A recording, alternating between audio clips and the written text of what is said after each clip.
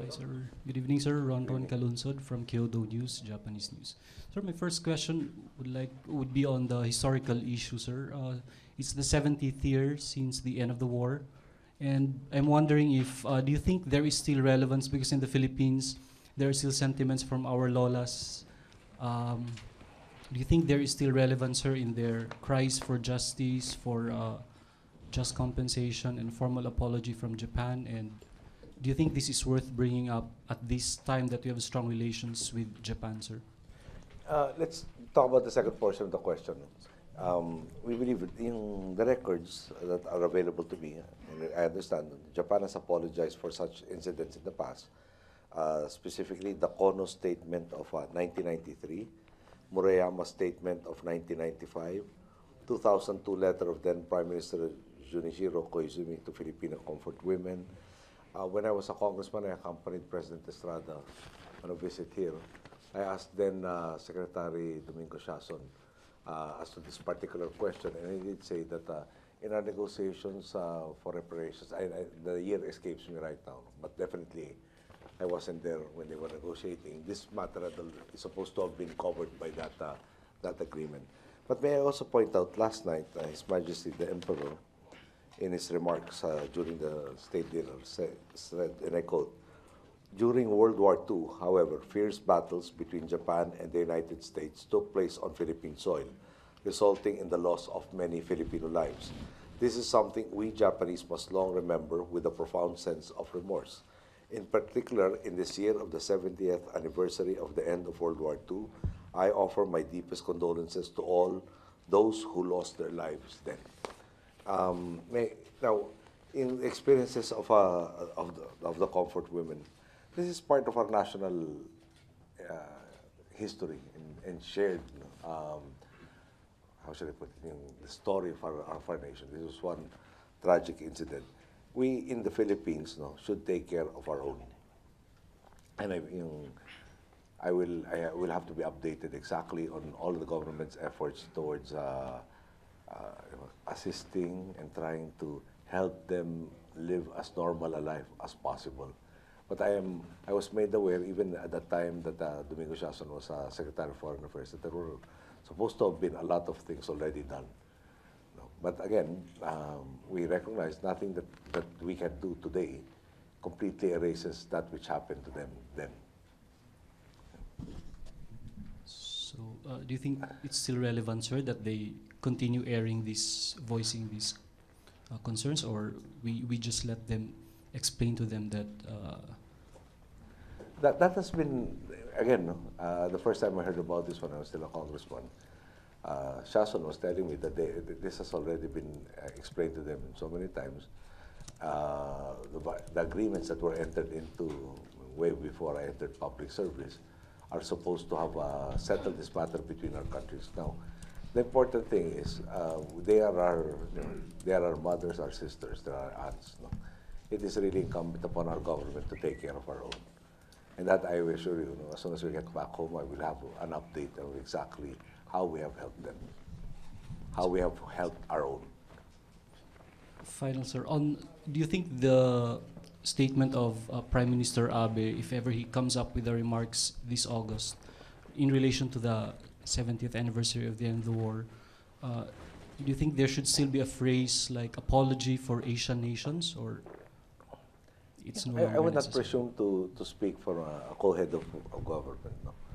But can I just help you recall that there have been, I think, 3 ambassadors from Japan under my watch.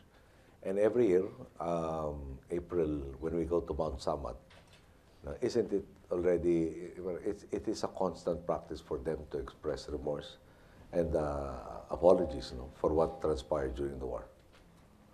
And that is a yearly event. And honestly, especially for those who were not even born, their ambassadors who were not even born in that period, I tried to put myself also in their position of having to continuously apologize for or express remorse for things that happened at the point in time when they weren't even there, but are taking cognizance and responsibility for it. I guess what I'm trying to say is it is important, and our culture also teaches us that we have to remember the past if we are to be able to chart our course towards the future, there is a Cuban writer by the name of George Santayana, who said something to the effect that those who forget the mistakes of the past are condemned to repeat them. So is there relevance? Yes. When we remember and commemorate these tragedies that happened to all of us, no, who were in all countries who were involved, and of course, practically every country was involved. It was a world war. It does remind us the cost, no, of what the real cost of war. It tells us why it should be avoided with utmost dedication and determination, and also it highlights keeping it in our consciousness helps us prevent the reoccurrence of such a tragedy. Okay. Mr. Manabu Sasaki, Asahi Shimbun. Thank you very much. Yes, Yeah. About South China Sea issue, so U.S. called on China to stop the reclamation activity, but China didn't stop. So what else the U.S. do to help ensure a better security environment in the region? I think it's not only just the U.S.'s responsibility, and the U.S. has said they do not take sides as to, and so many other countries now have said we will not take sides as to whose territory it is and whose rights are what. But at the same time, having said that, the U.S., we understand the G7, the European Union, various other countries, ASEAN, quite recently, have all stated their concern about all of these reclamation efforts that have been ongoing. So I'm very heartened by the fact that there are so many voices that are now saying that these acts should not be happening. And China, I think, is cognizant,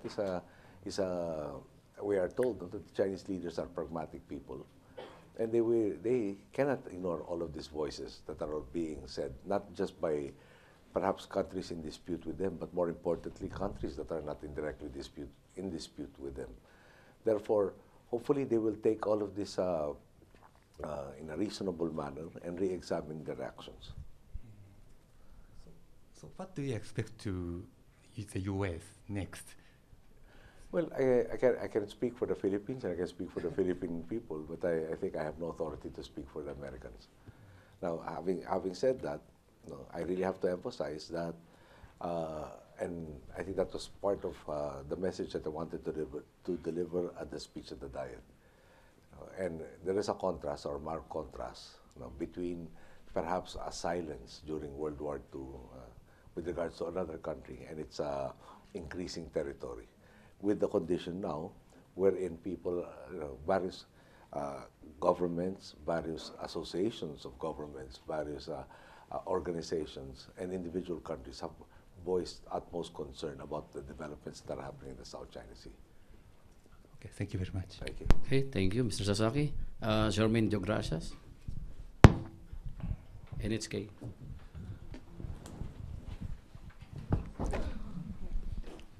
Hi, good evening, sir. Sir, in strengthening the strategic partnership between the Philippines and Japan, you mentioned about a transfer of equipment. The request for the yes, transfer. yes, the request for the transfer. We'd like to know the timeline of this and what are those in the wish list. Can you confirm the reported P-3C anti-submarine and recon aircraft and radar technology among the items? The discussions are just starting on specifically which items, which equipment. Aren't the Japanese also re-examining the interpretation of the Constitution, which will or will not allow them to be able to transfer the same? So for us to be able to say we have this as the wish list is, I think, premature at this point in time. There is, of course, the assistance that they've rendered our Coast Guard, and a Coast Guard vessel is Coast Guard vessels are called white ships, non-combatant, versus gray ships, which would be combatant vessels. And at this point in time, we are thankful that there is also already this help that increases the ability of our Coast Guard. There have been some interactions between the Japanese Self-Defense Forces and our AFP. We have 9 cadets undergoing training in the Defense Academy. So again, we need maritime domain awareness. We have a 36,000-kilometer coastline. We want to know what's happening in our waters. And I think it's premature for me to talk about possibilities at this point. I'd rather talk about certainties, as in the case with the FA-50s and the other equipment that are already either with our AFP or on the way to our AFP. Sir, did the Philippines request for assistance in beefing up the Naval Forces West, especially upgrading the facilities in the Oyster Bay, Ulugan Bay? That is our project, Oyster and Lugan Bay. That is meant for our forces. And of course, EDCA is supposed to make this accessible to the Americans. No? Theoretically, we also have a status of visiting forces agreement with Australia. With Japan, we don't have the same at this point in time. So are we asking them to help build it? You know, can we not just concentrate on what they have committed to do so? No?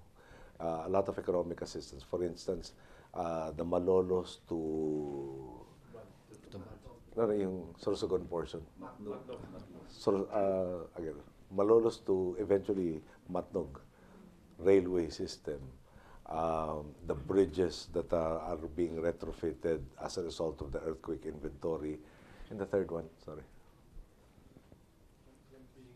Davao, the Davao bypass road. All in the billions of pesos, no, that are already have been announced. No. Now the others, in terms of equipment, for the defense forces, for the Coast Guard, etc., they've also stated publicly that there is still a need, or there is an indication that they want to continue supporting the Coast Guard's upgrading program. No. Beyond that, I think it's again premature to talk about things that have yet to be discussed. And the details to be discussed. Yeah, but there had been preliminary talks on the possibility of inviting them to join in military exercises with the U.S. or bilaterally. Is that in the works? Not today, not tomorrow. Yeah, again, can I just refer to the first part of the answer? We have a visiting forces agreement with America, with Australia, but we don't have the same with Japan. That has first to be worked out before we can talk about training exercises in the Philippines, for instance, especially for self-defense forces. No? Just a last point, sir. In the collective security posture of Japan, you kept on mentioning about just having it on the peacekeeping operations side. Specifically on the South China Sea, did we ask Japan a certain commitment that is within the framework of their collective security arrangement in the South China Sea, because we share common security interest there? No such discussion at this point. Okay. Thank you, Charmaine. And we concentrated on the peacekeeping efforts because we were at some point in time together in the Golan Heights. Catherine Nimson, TV5. Hi, sir. Sir, China has issued a statement regarding your speech yesterday, stating that, and I quote, they were shocked and strongly dissatisfied with and opposed to the absurd remarks made by the Philippine leader. This is in connection with your alleged comparison of China and the German Nazis. Sir, how would you react to this? I guess it's to be expected. That has been their common line. But again, I may refer you to the fifth paragraph of the Declaration of Conduct of parties in the South China Sea, to which they are a signatory. I assume both of us have read it, and both of us are aware of our commitments towards each other. And I submit the portion specifically about changing the features is specific to all of these reclamation efforts. So if they signed it in good faith, is it wrong for us to ask them to adhere to that which they agreed to in 2002? Okay, thank you, Kay. Ding Marcelo, Manila Bulletin. Good evening, Mr. President. Good evening. I wish to go back to the question posed earlier by the person from Japan about the remorse expressed by the emperor. I read the message of the emperor. He mentioned there that most Filipinos were killed during the fierce battles between America and Japanese forces. But he never mentioned that many Filipinos were also killed by the Japanese. And I think by not mentioning this, he's rewriting history in some sense. And the question is, Are they? Is that possible for them to admit that some Japanese killed some Filipinos during the war?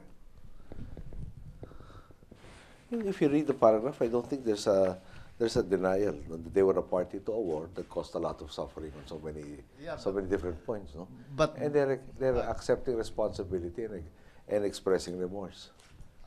But he mentioned about only because there was a fierce battle between the U.S. and Japanese forces. if we- but the occupation lasted 4 years, and I think If you want there to were some lecture on casualties history- on the side of the If you want to Filipinos. lecture again on history, they did pay reparations to us. That is an admission of crimes or atrocities against us, is it not?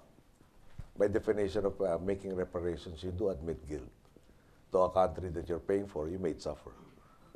Is that not the definition? Well, maybe we accept that that's enough for us to. Well, I wasn't born when this agreement was entered into, I think. And I'm bound by that agreement entered into by our forefathers. And I guess you, as a citizen, is also bound, unless we want to rewrite that particular agreement. Is that your No, position? I'm not trying to rewrite it. I'm just hoping that he would mention that some Filipinos were also casualties. But anyway, can I go to another question, sir? First?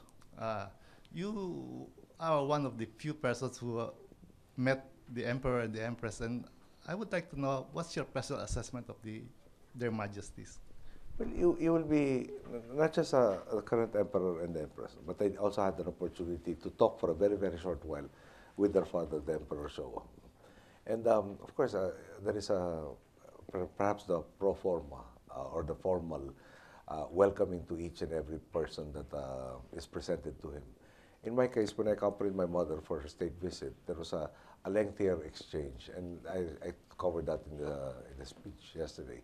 But basically, he did remind me that I should take care of my mother and protect her. And he said it in such a voice and with such sincerity that I was a nobody at that point in time, and still a nobody at this point in time, was surprised at the simplicity, the humility that he exhibited. I'm an amateur student of history. This person was a pivotal person during World War II and beyond that. Now, his son and the Empress, for instance, one of the comments yesterday at the dinner, last night at the dinner, was they were sent on a reciprocal visit to the Philippines in 1962. And she, in expressions of her humanity, said, they were looking down the stairs, they saw President Macapagal and Mrs. Eva Macapagal. And they had very large smiles on their faces and very welcoming expressions, which allayed their fears about a welcome or what type of welcome they would have in the Philippines. And that said, the pressures that they were feeling prior to deplaning were all evaporated by that. The current emperor was born at the period time when he had also experiences of the war. And his ability to express this very clear statement is, I think, again, another fine testament to the humanity of the individual. And at his age, the graciousness, the simplicity that they exude despite their very exalted status cannot leave one but be impressed. Thank you very much. Thank you. Okay, thank you. Last question, Tara Quismondo, Philippine Daily Inquirer. Hi, sir. Good evening po. Sir, with the signing of the strengthened strategic partnership, how do you think would this impact the current security situation in the region and the dynamics among the countries involved, especially Philippines, China, and Japan? Well, we had a strategic partnership already to begin with. Yes, we yes, only have, but we only this have one. two, no? One with America and one with Japan. How should I put it? The challenges are evolving, the requirements are increasing, and perhaps there is a need to revisit the same to make it a better instrument whereby both countries' interests are served. For instance, in 2011, the issue of pandemics was not as apparent as it is now. The idea of lone wolf terrorists was probably not as valid a concept in 2011 as it is now. Global climate change, especially the fierceness of all of these typhoons that are hitting not just us, but even other countries in the Pacific and other countries beyond us, no, has also changed. So, so many challenges have evolved, or in a sense, even different, no, that there has to be a re-examination of how exactly we can come to each other's assistance so that we best serve the interests of our respective peoples and other countries that are close to us that we can also, how should I put it, render assistance to. Sir, on the political front, sir, we've been talking about the development here, and you also talked during your speech before the Filipino community. You talked about you took them to task to choose to wisely choose your successor to continue the changes that you've instituted. So, while all of this is ongoing here, there's political bickering back home. Even when we left, there was bickering. The day after elections, there would still be bickering. Yes. So, I mean, sir, how would you comment on what's going on now, a year before the elections, and especially concerning Senator Grace Poe and the Binay camp? Hirap naman mag-comment on Toby Chanco didn't authorize me to be their spokesperson. I have not applied with Grace Poe to become her spokesperson. Tapos yung sa akin, parang ayoko naman parang nagbabangkaan lang tayo na hulaan tayo dito dyan. No? But if I can appeal as a citizen, no? Di ba parang, we for instance, the LP, no, have a dream.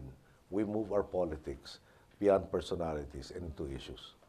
No? Also, yung, di ba, parang each party takes a stand on a particular issue and win the votes on that matter.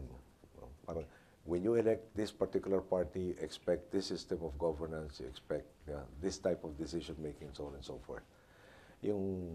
When you have to, at this early, when it's in a sense parang black propaganda that is at the forefront, the appeal is, especially for those who are younger than us, can we not help them change the system to something better and bring the debate to a more intelligent and studied level, rather than going to, I won't describe lang the particular methods, but I guess the better question is, why are you so overreacting? Why are all of you tending to overreact? Okay, diyan po nagtatapos, Mr. President. Can I just clarify, I have no intentions of running for any position. Nasa news caps ko kanina kasi that I hinted I might run. No. The phrase I think that you should pay attention to is, my nephews and nieces might decide to change their names. Okay, so I just want that clear. Okay, thank you, Mr. President. Thank you.